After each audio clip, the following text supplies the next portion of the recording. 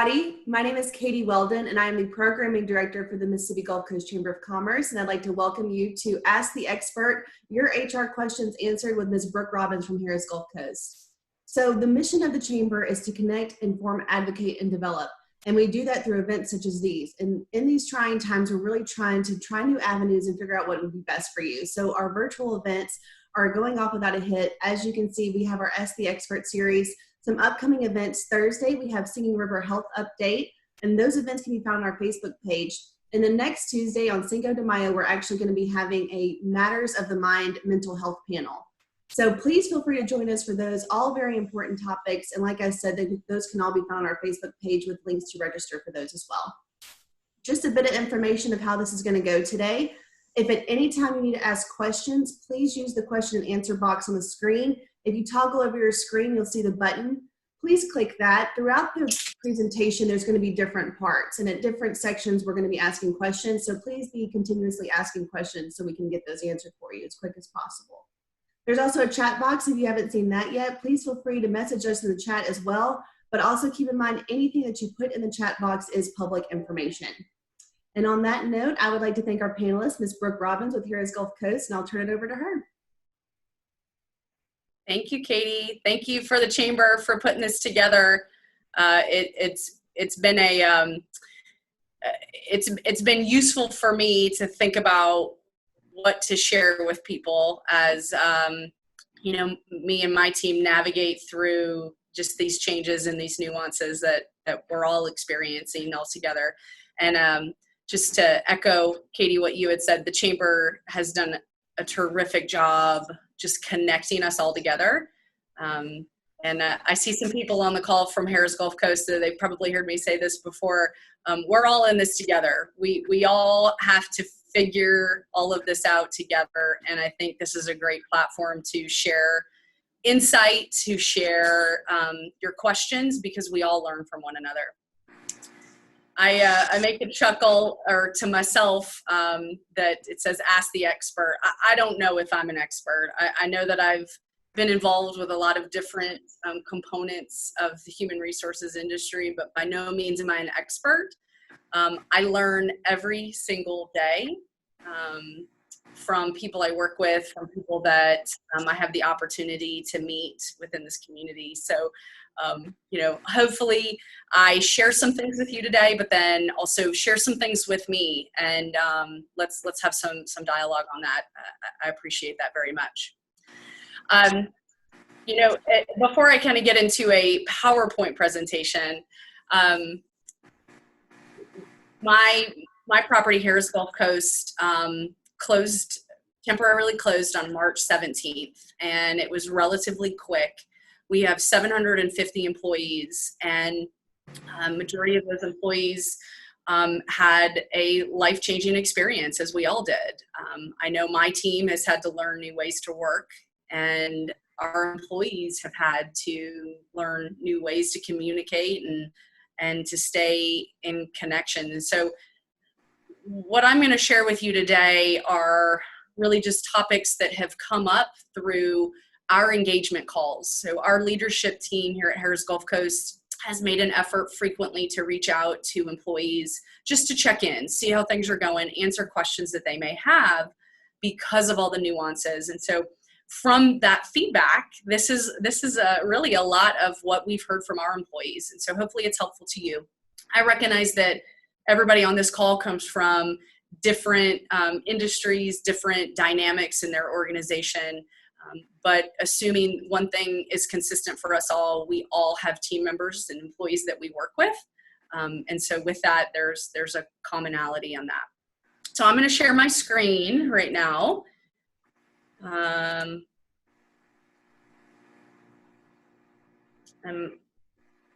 technically, you know what? Sorry, let me back up.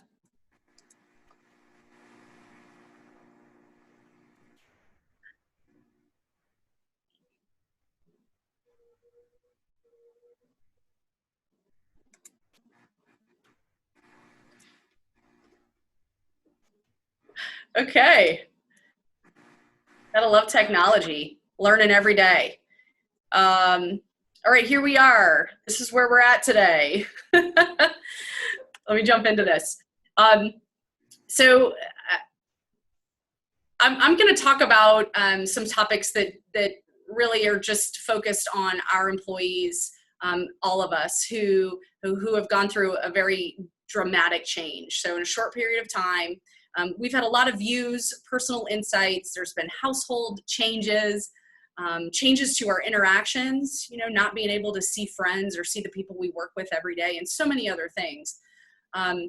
And so every single person that I've had the opportunity to talk with is just going through this at a different pace. These are just things we want to consider. So the first topic is just employees' health and safety. This has been something that has really, for my company and this property right now, is at the forefront of what we talk about. Employees' health and safety, our customers' health and safety. When our businesses open back up, and we're hopeful they will soon, that people feel comfortable coming back to work. They feel comfortable kind of creating a new normal, and that's going to take some time to lay out, but these are some topics that have come up. So returning to work, employees returning to work. There's a big question out there. Do they need to go through screening to make sure that they don't have this virus or any other virus, right? There's some parameters in that. And so I'll share with you all right now that there's been talk with the Equal Employment Opportunity Commission that they're looking at areas where we can put into place screenings for people to return to work. There's been a lot of talk of, so I guess what I would say on that is pay attention to that. I think where the EEOC is probably going to focus more on are essential roles that would require screenings for the virus before people interacting with others. But the other component of that too is, there's been talks of taking temperatures before people come to work. And so when you look at your organization, consider those. One, how would you manage that? What would it look like if somebody did, meet one of the thresholds of symptoms, sending them home, not returning them? I don't have a one and all answer because I think every situation is unique, but this is something that we as employers need to think about in order to keep the workplace safe and healthy. Cleaning standards. There's a lot of information on this right now through the CDC, and there's probably more to come. But when you're thinking about your property or your business, what are those cleaning standards?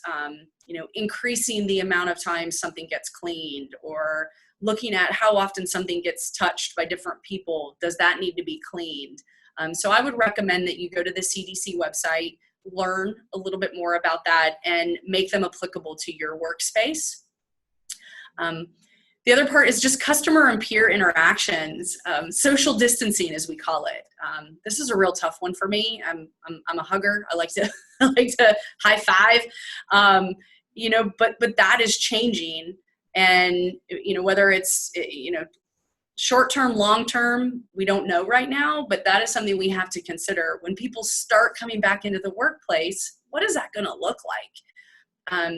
I think about some of the components of my business here, particularly in human resources here. We get a lot of employees coming to visit us, and we've just got to be considerate, of what does social distancing look like. Some companies have common spaces. I call it water cooler talk, right? You're hanging out by the water cooler, filling up your water bottles, or you're in a dining room or like a kitchen area.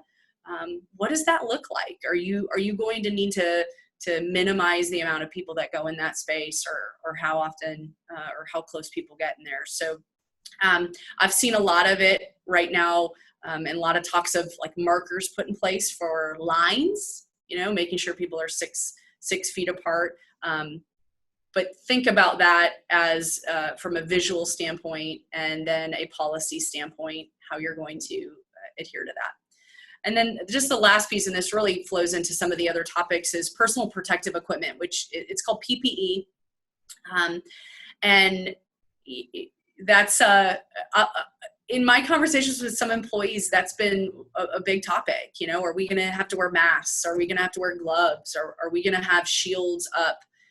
So, people, we block the airborne component of it. And I think I don't have a black and white answer for everybody on that. I think every business is going to be different based on the interactions that you have with employees, but then also your customers. And it is worth taking a look at and identifying even if it's, short term, long term, what is it that you want to have available?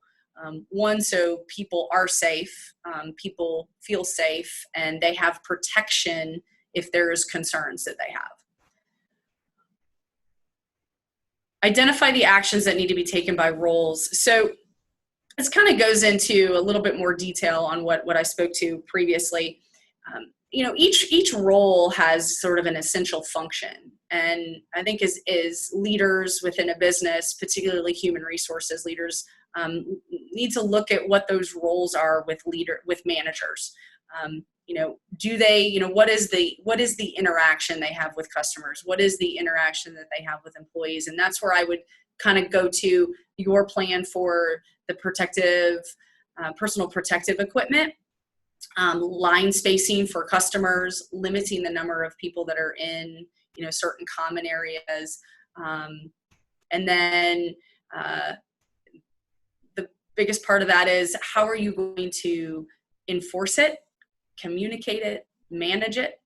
That is something that is going to be unique and and a big change for all of us is managing two different policies. And we can talk about that a little bit later as we talk about what work looks like. And then the last one is just returning to work. I recommend reaching out to your employees. One of the biggest piece of feedback that we've gotten here at Harrah's Gulf Coast is that our employees appreciate that we ask them for their feedback. Employees want to feel that their concerns, their feedback is voiced, and frankly, it's needed to make the best decisions for a business. And so if you have the opportunity prior to people returning to work, prior to people coming back onto a workplace or starting different functions of a job, talk to them about their concerns, talk to them about how this COVID virus has impacted them, how's it impacted their family. The more information that you have helps you make a decision as to what safety and health looks like within your business. It also helps us understand maybe even if people have had the virus or they know people who've had the virus, it helps us understand their impact, how they've been impacted by it. And we may need to cross some bridges as to, should people come back to work certain times, so on and so forth. And those are just questions that we can ask or you can talk about with your leadership team. Communicate the health and safety measures. Me as an employee, I want to know that my company cares about, me as an employee, and I want to know what those health and safety measures are. And so communicate those, document those, have a plan, and be prepared to share those with people when you have them confirmed. And then also build in a follow-up plan to evaluate. One thing, this time period that I know that our property has been closed has felt like such a long period of time, but it's gone by fast and things have changed every single day. And I'm a believer that we just always need to evaluate the effectiveness of the measures we're taking. So, pay attention to what's happening in our community, what's happening with regards to this virus and other viruses, right? But take those measures to be effective, as that's what people are going to care about. So I'm going to stop there. Katie, are there questions? Do we want to have an open forum? So right now we're doing a call for questions. Like I said, you can see the question and answer box if you hover over your screen. But Brooke, I have a question. Can employers ask you if you've been diagnosed with COVID or if you have the virus? So I, as an HR professional, I always tread lightly on asking people about their medical history. I think that, we have a need to maybe know if people are bringing a potential risk to a business. And so I think that you can ask questions about, how are you feeling? Has anybody been impacted? If somebody does divulge that, they may have symptoms or they've been tested, or yes, you as an employer can ask for, sort of a return to work release. Are you okay to come back to an environment, or do you need to be quarantined still? And so I think what an employer does with that question is then what potentially has the risk, right? So we have, we do have protected classes, and we have to make sure that we're treating people fairly and that we aren't discriminating. And so, all being it, we have to manage the health and safety at our businesses. And so, what you do with asking a question like that is what's going to make the difference. So we need to make sure that people are healthy when they come to work. But we need them to tell us and communicate with us. So having open lines of communication, building that trust and that openness with people, that they're not fearful they're going to lose their job if something happens, or that they're going to be treated differently if they do have symptoms or some symptoms. It is really what's going to make the difference. You can address if somebody has a symptom, or they do say, hey, you know what, I do think I've had it. You can address through a practice, meaning, okay, let's make sure a medical practitioner is releasing you to work. You can do things like that. Does that answer your question? That was great. Thank you. We do have a couple more questions. The first one is, how are you handling staff that is too afraid to come back to the job? It's a good question. I will share you right now. I haven't heard any of that. I have heard from our staff, they want to come back. They are so ready. They are so ready. And that feels great, and that's exciting. I would be foolish to say that I'm sure there are people out there who have concerns. And part of what we need to think about is, how are we thinking about their health and safety, right? So have we really hit on some topics that are going to make them feel safe when they come back to work? Is there something else, they're afraid to come back to the job. That might also be, and I'll get into this a little bit more, that, if you have an employee assistance program, maybe they need to work with someone else on how to manage some of that. Maybe it is emotional, there's anxiety, and that's sort of building, and they need some help through that. We as leaders may not be the best person for that, to walk them through that. So you may need additional support in something like that. We are going to get people who are going to be afraid, all of us, they're not going to know. There's this fear of unknown. And we have to the best of our ability, manage that through measures, and just hope that, people trust and they communicate, and we can address quickly if there is a concern, and adhere to a policy that we have. Awesome. The person who asked that said super response. Super response. Well, thanks. So one more question for this section, Brooke. Someone asked, if someone says they have symptoms or test positive, can you ask for documentation from a medical professional to prove this? Well, what I would ask for is that they provide a medical certification that they are unable to work. Okay.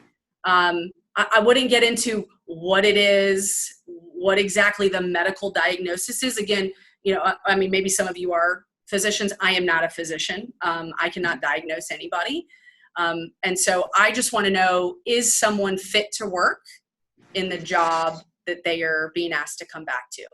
And if they're not, then we can cross that bridge, but we can ask for supporting documentation that they can return to work. Whether they say, I can't return because I have, or I want to return, but I have, right? You can ask for supporting documentation on both of that. And really, just tread lightly on the amount of medical detail that are in there. The more medical information that's shared with us, the more potential we have as a risk from an employer standpoint. Okay, that's all we have for this section. Okay. Good questions. Thank you. I'm seeing questions. Do you want? Well, I was thinking we could just go on to the next ones, and then Okay. we can just gradually catch them. Okay. I love all this. You can see everything. It's coming at you from all different angles. All right. So I touched on this employee assistance. I am such an advocate for an employee assistance program. I probably share this way too much. I've used it. I've used it for so many things, whether it's childcare, moving, just stress management. Life happens. This is part of life, and there is a lot of change going on right now. And as employers, our job is to manage a business, manage a department, manage a function. Not all of us are skilled and trained in how to manage emotions or how to manage some of that other stuff. So an employee assistance program is a tremendous resource for employees who need to get support to work through other things of life. I personally know that I have a lot of questions as we go into reopening and from a health and safety and, having kids at home, kids go into summer camps and, maybe back to school, hopefully one day. And that's a lot. That's a lot for an employee to carry. And I know I'm not the only one. And I know a lot of people have a lot of other stuff going on in their minds. And so an employee assistance program is a tremendous resource.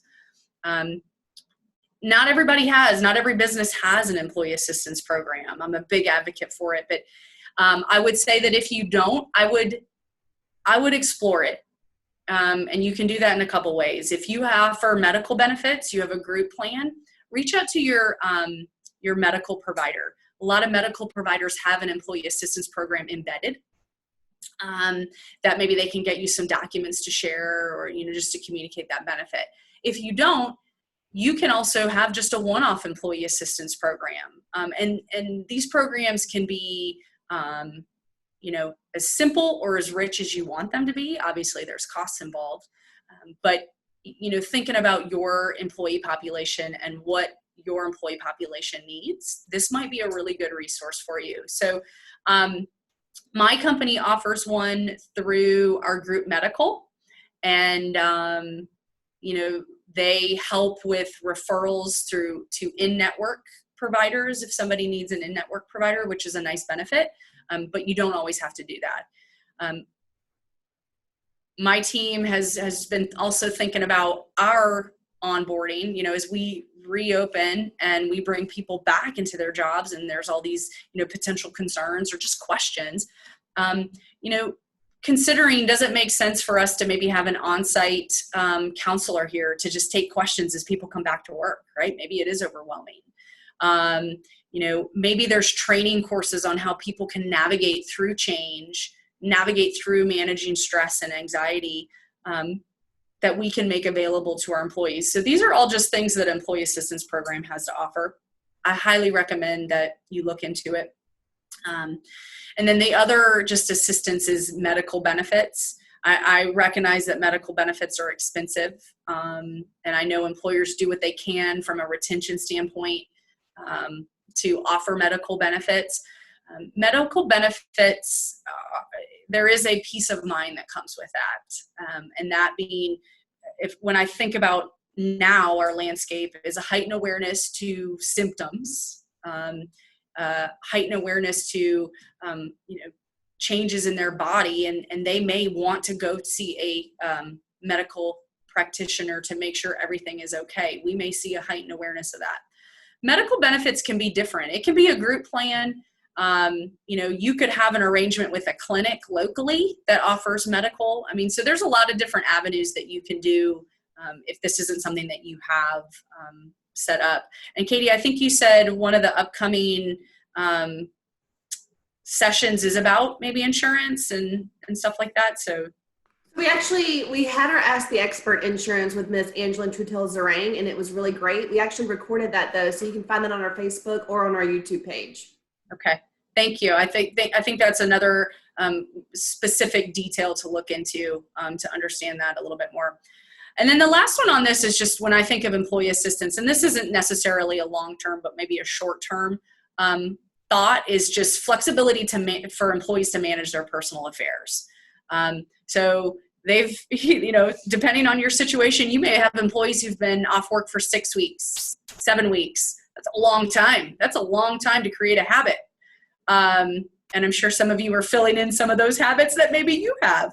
That change, can be a lot to navigate. And so I think as employers, we just need to be aware of that. So going back to giving advance notice of when you're opening, what that opening looks like. Being flexible if people do say, you know what, I've got this, my spouse has to work this time, or, I've got this obligation. Just be open to it. You don't have to say yes, but that is to me part of providing assistance to employees. It's not always a no, it's not always a yes, but maybe there's an understanding of flexibility that we have to start considering with all of this landscape. Questions on any of that or on employee assistance programs? Sure. So we do have a couple. Could there possibly be surveys sent out to each employee's email, like have them fill it out and send it back to HR? Most definitely, yeah. Meaning, and I'm not sure who asked that question, but those surveys being, what are you concerned about? What do you need from the company as you return? I guess I'm going to throw this out there. I wouldn't ask it. Do you or anybody in your family have COVID-19? But you can always do surveys that are sent to employees' email addresses. You can do all sorts of different things. SurveyMonkey actually does free surveys, which is a great resource. I know the chamber uses it. We use it here sometimes. And so that could be something. I don't know if that answers the question or if there's something more specific on it. As far as I know, that looks good. And then one more question, Brooke. Someone asked, once you reopen, how would you handle the issues of childcare since schools still will not be open and summer camps may be affected? Yes, I'm in that boat. Divide and conquer, right? I think childcare, there's a lot of dynamics in having little ones back at home and then having to go back to work. So not only are we as adults going through a lot of change, our children are going through a lot of change. And so I think when I said like the flexible piece of bringing people back to work, I think that's a topic that needs to be discussed. What does childcare look like? When you do come back, if you have an employee assistance program, there may be some assistance with that too, finding some resources. And I think understanding the situations, offering suggestions, solutions if you have them, and being flexible where you can, I think will make a tremendous difference on not only are people coming back in a comfortable state, but also feeling supported by their employers. I'm keeping my fingers crossed that summer camps go full-fledged, but we have to just pay attention to all of that and recognize that not everybody's going to have a means for childcare, and they have to find that balance. So if you would have asked me that a couple of weeks ago, I would have told you a very different answer, but I feel like there's some clarity coming to a little bit more of that as every day goes on. Absolutely. So that's all the questions that came in for now. Remember to keep questions coming in. We do have, I think, maybe a couple more slides coming up. So as you think of a question, just type it into that question and answer box and we'll be sure to answer it. Okay. All right. So this is literally just some of my thoughts thrown down on a PowerPoint here. So what work may look like. I've been reading all these articles, what's the new normal? what are people coming back to? And I think honestly that is very, very, it's a curious question, and I don't know what it's going to look like exactly. In just talking with some of my peers, notifications. So stay in communication with your employees. You will get a lot from them as to whether they're going to return. Are they being responsive? What is their attitude like about returning to work? Now, you can't take that to the bank, but if you start communicating regularly with them, you'll understand where their focus is. I put a question here, will employees want to return from being on unemployment? I've asked some people that question. How's it feel? Do you feel okay getting your unemployment? Are you comfortable? And, that question, this is a Brooke opinion here, but that's going to be dependent on the longer we go on unemployment. From what I've heard from employees, they're starting to receive their benefits. They've got state, they've got federal. There's some stressors relieved there, which is a great thing. And what's going to happen? Do they think that this will continue? If they are recalled to work and they don't come to work, are they still going to get that same unemployment? So, let me just touch on this. I don't necessarily know the concrete plan, but I will share with you my thoughts on that. And the thoughts that I've had with some of my team members is that, or at least with my HR team, is that, we will give it as much notice as we possibly can for people to return to work, give them clarification as to when they return to work, answer any questions that they have, but let them know that if they don't return to work, that their status in our system will be changing, and that is the status that gets communicated to unemployment. And so unemployment has, a unique situation right now where there's a lot of people, and it's all, a lot of layoff, a lot of termination for a national tragedy. And that's a different classification than I was offered work, denied it, now I'm terminated. That changes the benefit scope quite a bit. So as an employer, I would keep records of who you spoke to, when you spoke to, did they return to work? Did they not return to work? And make sure you're updating your records accurately and sending those to unemployment. Kind of leads to, what if they don't return to work? You may have people who don't return to work, whether it's, they decide that they want to retire, or they want to take a job elsewhere. I think that's another possibility that we have to be open to. During this time period, they may have found another job somewhere else, and they don't return. And so you may have to then ramp up some recruitment efforts to ensure that your business is able to function. So you may have to get back in the applicant, screening, hiring people, spending time doing that, all while trying to get your business up and running from a big change. There are also components of,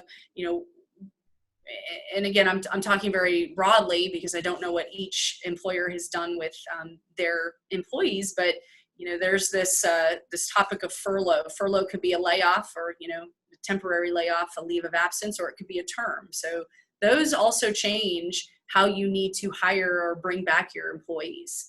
If they're coming off from a leave of absence, they're returned from a leave of absence. If they were terminated, laid off, they have to be rehired in your system. And so those are just records that you're going to need to maintain.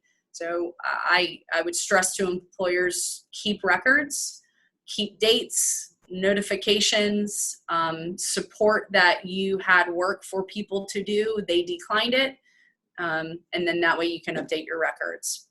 How much lead time is needed? In a perfect world, we would give them 2 weeks and they would feel good. They would get all their clothes ironed out and be prepared to come back to work. I think the reality of it is we're going to have a short window. I think where you can give as much time, a week, notice would be great in this situation. I think that people are going to need to move through some changes. So as much notice as you can give them, will be helpful in the long run. Allows them to get in the right frame of mind, allows them to put some of their affairs in order so they can come back to work and focus.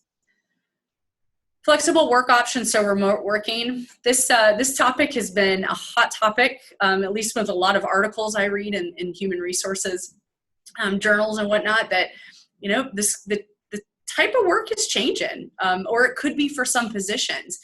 I think about our industry here, the hospitality industry. We are all about service face to face. There is a relationship there.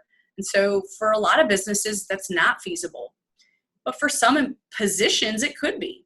And I think employers have to be thoughtful on that, do you have positions that can be remote? This may dramatically help a business, from a footprint, from, even effectiveness, productivity. And so I would challenge you all to look at that. I think when you think about a remote position, that meaning somebody doesn't come to a brick and mortar facility every day, what does productivity look like? How do you manage that? Those are nuances that are a big change for employers. It can be done, and it can be done effectively. I will tell you some of the keys to remote, if you are able to do that: frequent conversation, whether that's phone or that's Zoom, and then being able to carve out time where you can allow for face-to-face, because those relationships are also needed. There's also wage and hour regulations that you need to be considered, that can be considered when you're thinking about remote. I won't get into too much detail in this, but at the end, I've got my contact information if anybody wants to talk about this a little bit more.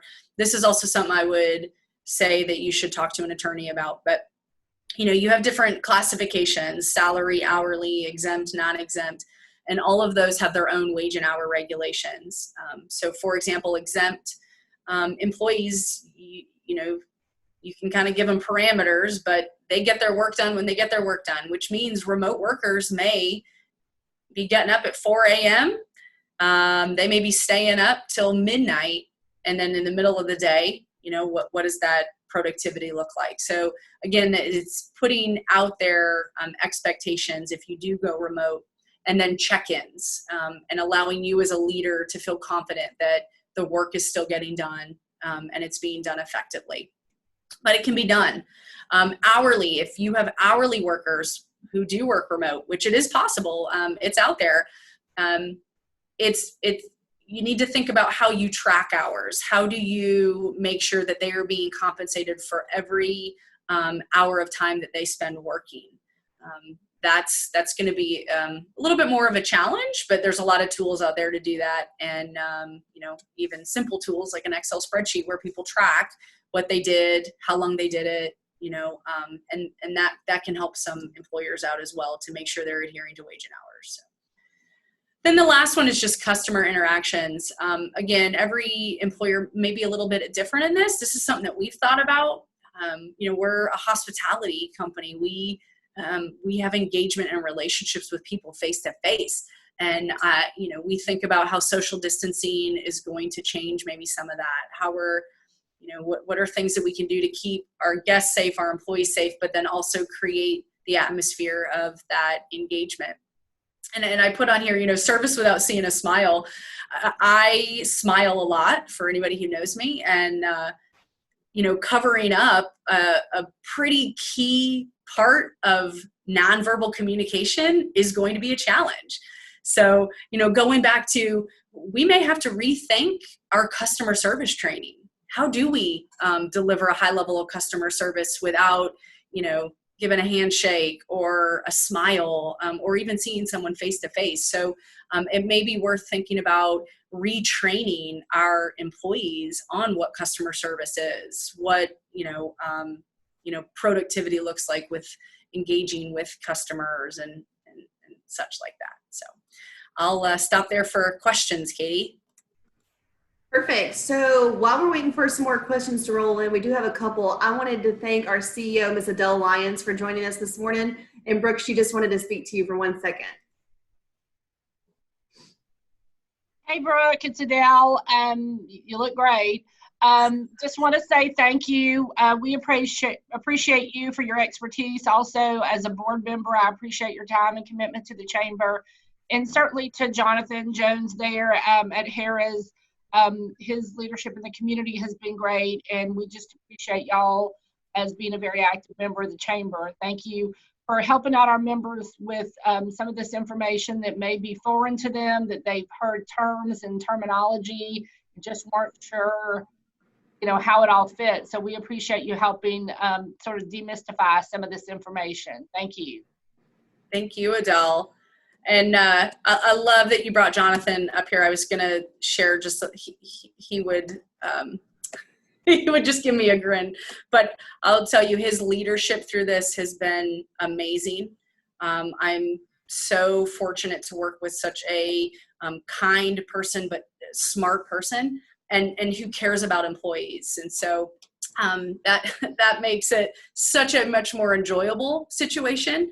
Yeah, he's a great leader. He's awesome. He did an amazing job at our best practices from the boss in January. He was great. He did. We used that at one of our management meetings too. Yeah, well, thank you, Adele. I appreciate the opportunity. So to get to our questions, someone asked Brooke, have you seen any positions in your industry that could be remote? I think that came from Lawanda. Hi, Lawanda. I do think there's some positions, not many. I'll give you an example, like HR. I used to work in an HR role that was remote, very different. Here, the power and the importance of connection with employees and getting feedback and understanding what is going on and day in the life and that sort of thing is really important. But then I think about some of the other positions, and I'm not saying that this is where we're going or anything like that, but, I think about some of the, like marketing creative roles, could people be using a skill set from their own computer in their own office at their house or at their kitchen table? Maybe, but when I think about where, the essential function of a job, if that essential function of a job is to interact with a customer, deliver a level of customer service, then I would follow where that customer is coming from. How is that customer engaging with the business? Is it electronically or is it face-to-face? And so those are things you've got to consider. I think about some of like the more specialty roles with regards to like a skill set that is technically driven, where you can remote access in or something like that. But I don't have an exact title for you. Hopefully that answers your question, Lawanda. And Brooke, we do have one other question. I didn't know if you wanted to read that one. Yeah. This is from Casey. Hi, Casey. I can just see I can't see your smile, but I know you're smiling right now. So for employees who've had vacation planned around the time that we were laid off or up until now, how will Harrah's decide to manage it? Love it. So what we've done during the time period of our closure is we've taken all vacations off the books, right? So one, we didn't want to use PTO for employees unless they wanted it. We wanted them to have the option to, take their vacation at another time. So with regards to exactly how we're going to work through that, I think it's twofold. One, I think we have to understand what's happening in the department and, the scenario, who needs to be on, who doesn't need to be on. And then also just understanding who had planned vacation. And then let's try to figure out how we can make people whole in that. And give them the time off. So I think that's something that we've always tried to be committed to, understanding we still have to manage the business, but then also being aware that, someone did have a vacation plan and they want to reschedule it, how can we help them do that and make the efforts needed? I hope that answers your question, Casey. And she said, yes, she is smiling. One more question, Brooke. Are you allowing employees to carry more vacation time forward than normal due to the shortened time in the calendar year? Well, this is what immediately comes to my mind when I think of that is that for our vacation plans, we have several of them. They're all different in that sense, but there are some employees who are able to roll over their, just keep a rolling bucket. At this point in time, there's been no discussion to push that or, increase that bucket. We'll have to cross that bridge depending on kind of even to Casey's question, planned vacations, need for more time off, that sort of thing. So our plans are different in the sense that we have hourly accrual, we have a salary bucket that comes based on the salary bucket comes based on anniversary date. So they have this bucket.